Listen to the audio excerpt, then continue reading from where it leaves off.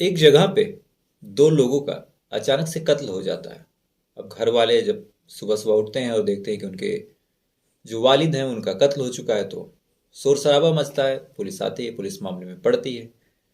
अपने तरीके से अपनी तरफ से जो भी संभव प्रयास था, जांच पड़ताल करती रहती है, छानबीन करती रहती है। समय धीरे धीरे बीतता जा रहा था, न कहीं से कोई सुराग मिल रहा था, न कहीं से कोई सबूत मिल रहा था। लेकिन इसी बीच जब इस घटना के लगभग महीनों बीत जाते हैं और कहीं से पुलिस को कुछ सुराग ऐसे लगते हैं हाथ, जिससे मामले का खुलासा होता है और अंत में दो लोगों की मौत का जो जिम्मेदार था, जो कातिल था, जब वो लोगों के सामने आता है, तो उस कातिल को देखने के बाद जब कातिल सामने आता है और लोग उसका नाम सुनते हैं, जानते हैं कि इसने कत्ल किया, तो जिस पुलिस वाले ने पकड़ा, जिसने उसे गिरफ्तार किया, सारे सबूत इकट्ठा किए, वो शायद लास्ट तक यही चाह रहा था कि ऐसा कुछ हो जाए कि ये कातिल ना निकले। क्योंकि जो कातिल था वो महज एक 12 साल का बच्चा था। तो आदाब, नमस्कार, जय हिंद, वंदे मातरम। मैं आपका अपना ठाकुर प्रखर सिंह। आज मैं जिस कहानी के साथ हाजिर हुआ हूँ, अमूमन कत्ल रेप हमारे देश में या फिर दुनिया में आए दिन न जाने कितने होते हैं, लेकिन इनमें से कई घटनाएं ऐसी होती हैं, कई ऐसे कत्ल हो जाते हैं, कई ऐसे मामले हो जाते हैं जो शायद जब निकल के सामने आते हैं और उन मामलों का जब खुलासा होता है, तो एक तरह से सारे लोग, चाहे हम हो, चाहे आप हो, चाहे स्टोरी लिखने वाले, चाहे सुनाने वाले, चाहे पुलिस वाले हों, चाहे जो हो, एक बार को सकते में आते हैं कि क्या ये आदमी कत्ल कर सकता है, या फिर ये अभी इतना छोटा है, इसके हाथ से कैसे कत्ल हो सकता है, या फिर अभी इतना मासूम है, ये लड़की इतनी सीधी सादी, ये कैसे कत्ल कर सकती है, इस तरह से कैसे फ्रॉड कर सकती है।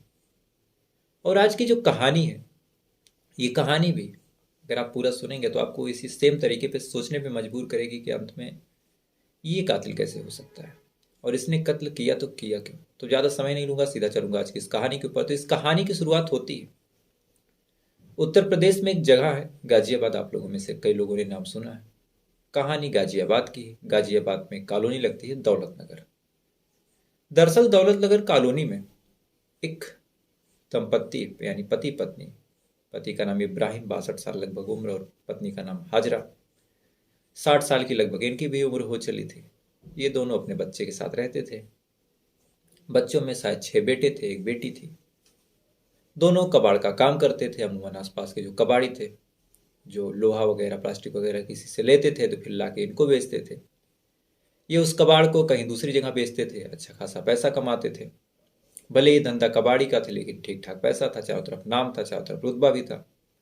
आसपास के जितने भी छोटे हों या चाहे बड़े हों, जितने भी कबाड़ वाले थे, सारे लोग लोहा प्लास्टिक ये सारी चीज़ें इन्हीं को बेचते थे। सारे लोग कबाड़ी बाबा कहते थे। लेकिन इसी साल 22 नवंबर को, एक दिन जब इब्राहिम की बेटी सुबह सुबह उठती है, कायदे से कहा जाए तो 23 नवंबर को जब उठती है, तो उठने के बाद अपने वालिद के कमरे में जब जाती है, अपने अब्बू के कमरे में जाती है, तो देखती है कि अब्बू वहां पे मरे पड़े हुए हैं। पूरा बिस्तर इधर उधर से डिस्टर्ब है, चादर अलग फेंकी हुई है, और देखने में ऐसा लग रहा था कि जैसे मरते टाइम अब्बू ने बड़ी स्ट्रगल की है, अपने आप को बचाने की कोशिश की। अब ये चीज जब वो छोटी सी बच्ची देखती है, देखने के बाद उसकी हालत खराब हो जाती है, चीख पुकार करती है, बाकी सारे लोग आते हैं। लेकिन सवाल बस सिर्फ यही था कि अब्बू के साथ जो हुआ वो हुआ, अम्मी कहाँ है। अब अम्मी की खोजबूझ शुरू होती है। अम्मी को खोजने के लिए लोग इधर उधर दौड़ते हैं, और अंत में अम्मी की जो लाश है, घर में ही बने गोदाम में, जहाँ लोहा स्क्रैप ये सारी चीजें रखी जाती थी, उस गोदाम से अम्मी की भी लाश मिलती है। अब पूरे परिवार में मातम मचता है। आसपास के लोग हल्ला गुल्ला सुनते हैं, रोने धोने की आवाज सुनते हैं, सारे लोग इकट्ठा होते हैं। मामला पुलिस को जाता है, पुलिस आती है, लाश को कब्जे में लेती है, पोस्टमार्टम के लिए भेजती है। लेकिन अब लोगों के साथ साथ, परिवार वालों के साथ साथ, पुलिस वालों के पास बस यही सवाल था, और यही सवाल का जवाब उन्हें ढूंढना था कि आखिर दो लोगों को घर में ही ऐसे अचानक से कोई कैसे मार सकता है, जिसके घर में 6 बच्चे या एक लड़की, 6 बच्चे रह रहे हों। ऐसे आदमी को अचानक से कोई इस तरीके से कैसे मार सकता है। किसी ने ना कुछ सुना, ना कुछ देखा, ना कोई शोर शराबा हुआ, ना कोई आवाज हुई, ना कोई हाथापाई हुई। तो अचानक से इन दोनों को मारा किसने। अब बॉडी पोस्टमार्टम के लिए जाती है। सबका जो ध्यान था बस पोस्टमार्टम रिपोर्ट पे टिका हुआ था। लोग तरह तरह की कयास लगा रहे थे कि शायद घर वालों में से ही किसी ने मार दिया, बात को दबा रहे हैं, या फिर कोई जान पहचान का था, या फिर शायद कुछ लोग भूत प्रेत, ये सारी चीजें भी कह रहे थे। लेकिन जो परिवार वाले थे जब इनसे कहा जाता है, इनसे पुलिस वाले पूछते हैं कि क्या किसी से कोई दुश्मनी थी या फिर कोई आपसी रंजिश थी, तो जब परिवार वालों से पूछा जाता है तो परिवार वाले कहते हैं कि देखिए, अब्बू का तो किसी से कोई झगड़ा नहीं था, ना हम लोगों में कोई प्रॉपर्टी को लेके ये सारी चीज़ें लेके कोई बात विवाद या फिर कुछ कहा सुनी हो। अब पुलिस वाले फिर बाकी बच्चों से, पड़ोसी से पूछताछ करते हैं कि क्या किसी से कोई धमकी मिली थी या फिर कहीं कोई ज़मीनी विवाद रहा हो या फिर किसी से कुछ रुपए का लेन देन रहा हो, क्योंकि अमूमन जो कत्ल होता है इन्हीं सब कारणों को लेके होता है। पुलिस वाले इन सारे कारणों को खंगालने की कोशिश कर रहे थे, लेकिन चाहे जितने सवाल पुलिस वाले पूछ रहे थे, घर वालों के आसपास के लोगों के जो जवाब थे, उस जवाब की वजह से पुलिस वालों की मुश्किलें बढ़ती चली जा रही थी। क्योंकि सारे लोग बस यही कह रहे थे कि ये दोनों बड़े अच्छे थे, किसी से कोई दुश्मनी नहीं थी, किसी से कोई रंजिश नहीं थी। घर के बच्चे भी बड़े प्यार से रहते थे, किसी से कोई मतलब नहीं था इनसे कि इस तरह से कोई प्रॉपर्टी को लेकर विवाद हुआ। अब पुलिस वालों को लग रहा था, जो पुलिस वालों का तजुर्बा था, कि जिस हिसाब से साइलेंटली कत्ल हुआ है, 2 लोग मर गए, घर में किसी को कुछ पता तक नहीं चला, भनक तक नहीं लगी, ऐसी चीज तभी पॉसिबल है जब घर का ही कोई आदमी कातिल के साथ मिला हो। क्योंकि ना घर में कोई फोर्सफुली एंट्री हुई थी, ना ही कोई मैटर था, ना ही कोई और चीज थी, ना ही कहीं कूदने फादने के निशान थे, ना कहीं कुछ था। तो यानी अगर कातिल बाहर ही भी था तो उसको घर वाले ने ही, चाहे जिस सदस्य ने, घर में उसे बड़े इत्मीनान से आने दिया। कातिल बड़े इत्मीनान से आता है, आने के बाद कत्ल करता है, कत्ल करके वहां से चला जाता है। चूंकि आसपास के इलाकों में जब पूछताछ की गई कि कोई यहाँ से भागता हुआ दिखाई दिया या फिर कोई ऐसे संदिग्ध आया हो, तो वहां से भी कोई पॉजिटिव रिस्पांस पुलिस वालों को एक्चुअली मिल नहीं रहा था। पुलिस वाले परेशान होते, चूंकि एक घर में 2 लोगों के कत्ल का मामला था। पुलिस वालों की सक्की सुई बार बार घर वालों पे जा रही थी, लेकिन घर वाले एक दूसरे के डिफेंस में थे कि हमारे घर से कोई ऐसा कर नहीं सकता। इधर मोहल्ले वाले भी डिफेंस में थे। इसके बीच पोस्टमार्टम हो जाता है, पोस्टमार्टम रिपोर्ट आती है, बॉडी घर पे आ जाती है। रिपोर्ट में साफ साफ लिखा था कि दोनों लोगों का गला घोट के कत्ल किया गया। कुछ हाथापाई भी हुई, किसी चीज से इनके हाथों को बांधा गया, पैरों को बांधा गया, उसके बाद इनका गला घोटा गया। अब एक घर में जहां 7 लोग सो रहे हों, अचानक से 2 लोगों का उसी घर में कत्ल हो जाना, किसी को भनक तक ना लगे, ये अपने आप में बड़ी चौंकाने वाली बात थी पुलिस वालों के लिए। बहरहाल बॉडी घर पे आती है दोनों लोगों की, और जब बॉडी घर पे आती है तो आसपास के जितने भी कबाड़ बेचने वाले थे, चाहे छोटे थे चाहे बड़े थे, वो उस मातम में शामिल होते हैं, शोक सभा में शामिल होते हैं। सारे लोग रो रहे थे कि अब किसको कबाड़ बेचूंगा, किसको क्या करूंगा। इसी बीच एक लड़का जो बाहरी था, कबाड़ बेचने आता था, शायद अच्छा खासा संबंध में था, वो भी बड़ा जोर शोर से रो रहा था। बार बार एक शब्द बोल रहा था कि अब किसको सरिया बेचूंगा, किसको लोहा बेचूंगा, दादा ही तो एक सहारा थे। ये सारी चीजें हो रही थी। और बच्चा कुछ ज्यादा ही तेज रो रहा था। अमूमन जैसे कुछ लोग आए थे बाहरी, रोए, 1-2 आंसू गिराए चले गए, लेकिन बच्चा कुछ इस कदर रो रहा था जैसे लग रहा था कि मानो परिवार का हिस्सा हो। बहरहाल पुलिस वाले उसको कुछ बोलते नहीं, लेकिन इसी बीच एक पड़ोसी कहता है कि जिस रात कत्ल हुआ था, उस रात लगभग 2-3 बजे मैंने जहां तक देखा है कि ये उसी घर में आया था, दाखिल हुआ था। अब ये बात जब पुलिस वाले सुनते हैं तो सुनने के बाद एक तरह से हक्के बक्के हो जाते हैं। उन्हें लगता है कि अगर 12 साल का बच्चा आया भी होगा तो इसने क्या किया होगा, इसके ऊपर किस तरह का अगर हम इल्जाम लगा रहे हैं, फिर सोच कैसे सकते हैं इस तीसरी कक्षा में पढ़ने वाले मासूम के बारे में। बहरहाल पुलिस इस बात को इग्नोर करती है, लेकिन फिर वही सवाल था कि पड़ोसी अगर कह रहा है कि आया था तो इसको इग्नोर भी नहीं किया जा सकता। बच्चे को पुलिस अपने पास बुलाती है, बड़े प्यार से पुचकार के पूछती है कि क्या तुम उस रात आए थे। अब जैसे ही वो पूछा जाता है, पुलिस वाले पूछते हैं और बच्चा, ये सवाल बच्चे के कानों में पड़ता है, बच्चा झुंझुला के कहता है कि साहब मैं तो नहीं आया था, आप किस तरह की बातें कर रहे हैं। और बच्चे का जो रिएक्शन था एक नॉर्मल बच्चे से कुछ ज्यादा ही क्विक था। पुलिस वाले इस चीज को भापते, उन्हें थोड़ा सा लगता है कि दाल में कुछ तो काला है। अगर ये बच्चा नहीं भी आया था तो इस तरह से झुंझुला के अपनी सवाल से ज्यादा सफाई क्यों दे रहा। पुलिस वाले उसको कुछ कहते नहीं, बस अपनी गाड़ी में बैठाते हैं। गाड़ी में बैठाने के बाद उसको थाने लेके जाते हैं और वहां पूछते हैं कि तुम बताओ तुम आए थे या नहीं। वो फिर मना करता है, लेकिन पुलिस वाले सवाल को बार बार घुमा घुमा के दूसरे तरीके से पूछते हैं, और पूछने के बाद जब अलग अलग एंगल से कहते हैं कि इसने देखा, उसने देखा, तुम्हारे सबूत मिले, तुम्हारा वीडियो बना है, तमाम प्रकार से उसे बहकाने की कोशिश कर रहे थे। क्योंकि 12 साल के लड़के को अब मार पीट के तो छोड़िए, आप उससे ऊंची आवाज में बात भी नहीं कर सकते। जो जुवेनाइल एक्ट है हमारे देश का, उसके हिसाब से उसे आप इस तरह से ना उठा सकते हैं ना पूछताछ कर सकते हैं। तो पुलिस वालों के सामने सबसे बड़ा सवाल यही था कि अगर ये मामला बाहर गया कि एक बच्चे को हम इस तरह से उठाए हैं, अगर सख्ती से पूछताछ करेंगे तो शायद पुलिस महकमे की बदनामी होगी, नौकरी भी चली जाएगी।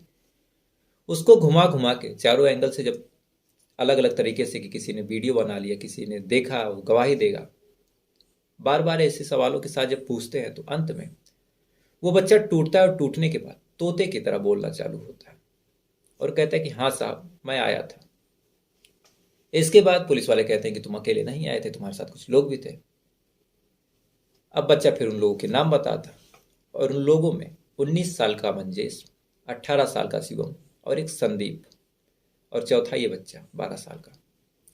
ये चारों लोग उस घर में उसी रात को आए थे।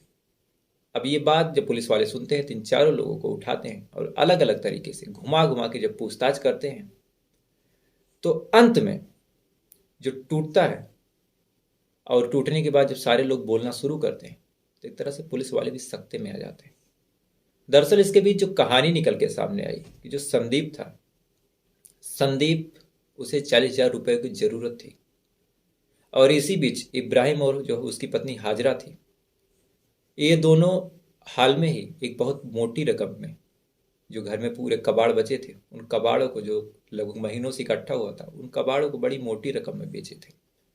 और इस बात की जानकारी इस 12 साल के बच्चे को थी। बच्चा सोचता है कि अगर पैसे उनसे चुरा लिए जाए या फिर लूट लिए जाए, लेकिन 12 साल का बच्चा अकेले चुराता कैसे, लूटता कैसे? इसके लिए उसने संदीप से बात की। संदीप को उस समय पैसे की सख्त जरूरत थी। संदीप को ये समझाता है, कहता है कि हमें लूटना पड़ेगा, अगर लूट लेंगे तो तुम्हारा भी काम हो जाएगा, मेरा भी काम हो जाएगा। संदीप जिसे पैसों की जरूरत थी, लगभग 40,000 रुपए उसने कहीं से ले रखे थे, संदीप मान जाता है। उसके बाद ये 12 साल का बच्चा, आप सोच के देखिए, तीसरी में पढ़ने वाला बच्चा मंजेश के पास जाता है, उसको भी सेम तरीके से ऑफर देता है। उसके बाद ये शिवम के पास जाता है। बेसिकली ये चार लोग कबाड़ी का काम करते थे, इन चारों को ऑफर देता है। ऑफर देने के बाद चार लोगों को जब समझाता है, चार लोगों को मोटिवेट करता है, चारों लोग मान जाते हैं। मानने के बाद फिर प्लान के तहत ये कहता है कि अगर हमें कत्ल भी करना पड़े तो कर देना और कर ही देना, क्योंकि जो इब्राहिम है और हाजरा है वो हमें पहचानती हैं और अगर हम लूटपाट करके बाहर निकले तो हमारा नाम जो है वो पुलिस में चला जाएगा, हम फंस जाएंगे और कोई मतलब नहीं रह जाएगा। अब सारी चीजें, सारे प्लान बन चुके थे और प्लान के तहत ये तीनों लोग 2-3 दिनों तक इधर उधर से कबाड़ बीनते हैं, लोहा लक्कड़ उठाते हैं। उसे इब्राहिम सेठ को नहीं देते। जब 2-3 दिनों तक इन तीनों चारों लोगों का इकट्ठा हो जाता है ढेर सारा कबाड़, तो रात के लगभग 5 बजे 22 नवंबर को इब्राहिम के घर पे जाते हैं। जाने के बाद दरवाजा खटखटाते हैं और अमूमन जो दरवाजा खोलती थी वो पत्नी ही थी, हाजरा।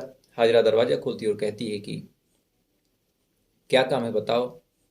अब ये 12 साल का बच्चा कहता है कि कबाड़ लाए हैं, कबाड़ बेचना है। हाजरा थोड़ा सा गुस्साती है, गुस्सा करते हुए कहती है कि रात के 5 बजे इतनी ठंडी में तुम कबाड़ बेचने आए हो। उसके बाद फिर ये बच्चा कहता है कि बाहर के कबाड़ पे एक बार नजर तो डालो, इतना ज्यादा कबाड़ है कि अगर कोई लूट लिया, कोई छीन लिया तो हमने सोचा आपको अभी के अभी बेच दें। बाहर ढेर सारे कबाड़ पे जब नजर पड़ती है तो पड़ने के बाद जो हाजरा थी थोड़ा लालच में आती है। आने के बाद फिर कहती है कि अच्छा चलो गोदाम में चलते हैं, वहां तौलते हैं। ये सारे लोग अपने अपने कबाड़ को उठाते हैं, गोदाम में जाते हैं और जैसे ही हाजरा गोदाम के अंदर जाती है और तराजुआन करने की कोशिश करती है, तैसे ही ये सारे लोग हाजरा के ऊपर टूट पड़ते हैं, हाजरा के गले को दबाने लगते हैं कोहनी से और बाकी अलग अलग हाथ पे पैर पे खड़े हो जाते हैं और हाजरा की दम घुटने से थोड़ी देर तक वो छटपटाती है और छटपटाने के बाद हाजरा मर जाती है। हाजरा के पास जो सारी चीजें और वहां पे जो गले पे पैसा वगैरह था उसको ये लोग लूटते हैं। लूटने के बाद फिर घर के अंदर दाखिल होते हैं। आप सोच के देखिए डेयरिंग कितनी थी इन बच्चों में कि घर में बाकी लोग अभी सो रहे हैं। अंदर जाते हैं, अंदर जाने के बाद वहां बेड पे, तखत पे इब्राहिम सोता हुआ दिखाई देता है और सोते हुए में ये उसके ऊपर हमला करते हैं और जब तक कुछ समझ पाता ये उसके ऊपर काबू पा जाते हैं और उसकी भी गला दबाकर हत्या कर देते हैं। और जब वहां से निकलने लगते हैं तभी इनकी निगाह इब्राहिम के गले में जो चैन लटकी हुई थी उस पे जाती है। उस चैन को ये लूटते हैं, आसपास जो भी सामान मिलता है उसको लूटते हैं, जो मोबाइल वगैरह था उसे लूट लेते हैं और लूट के वहां से सारे पैसे वगैरह लेके सारी चीजों को व्यवस्थित करके वहां से गायब हो जाते हैं। और अगले दिन जब मरने की खबर लोगों में पहुंचती है, घूमते घुमाते इनके कानों तक पहुंचती है। ये वहां पे पहुंचते हैं, खूब सीना पीट के रोते हैं और ये एक्टिंग करते हैं कि इनके मरने से कितना दुख हुआ, इनका काम धंधा चौपट हो गया और सबसे ज़्यादा नुकसान इन्हीं को है। अब ये सारे लोग जब ये बात बता रहे थे और हर चीज़ का मास्टरमाइंड ये 12 साल का नाबालिग जब निकल के आ रहा था, तो पुलिस वाले भी एक बार सख्ते में आ जाते हैं कि एक बच्चा जिसकी वजह से 2 लोगों का कत्ल हो चुका है, इसके ऊपर ना कोई तगड़ा मुकदमा लगाया जा सकता है, ये ज़्यादा से ज़्यादा बाल सुधार गृह में जाएगा, चूंकि ये पहला क्राइम है इसका। वहाँ पे कुछ दिन तक बंद रहेगा, उसके बाद ये चला आएगा। और हमारे देश के कानून की वजह से मैं चाहकर भी आपको उस बच्चे का नाम नहीं बता सकता, क्योंकि जो 18 से कम होते हैं अगर वो किसी गुनाह में शामिल है तो उनका नाम लेना कहीं ना कहीं सही नहीं होता।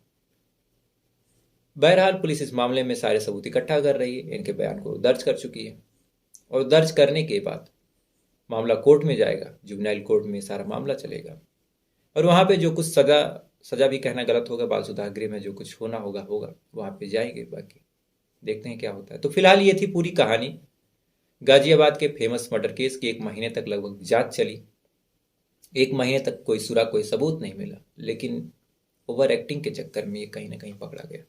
तो उम्मीद है कहानी आपको पसंद आई होगी। अगर पसंद आई हो तो वीडियो को एक लाइक कर लीजिएगा। और आपसे मेरा एक सवाल है, सवाल मैं अभी पोल के माध्यम से पूछ लूँगा, तो आप लोगों में से जो भी खासकर यंग है, टीन है, कुछ करने की चाह रखते हैं सोशल मीडिया वगैरह पे, तो आप जाइएगा, उसमें वोट कीजिएगा। बाकी अब आपसे कल फिर मुलाकात होगी किसी दूसरी के कहानी के साथ। तब तक अच्छे रहिए, खुश रहिए। जय हिंद, वंदे मातरम।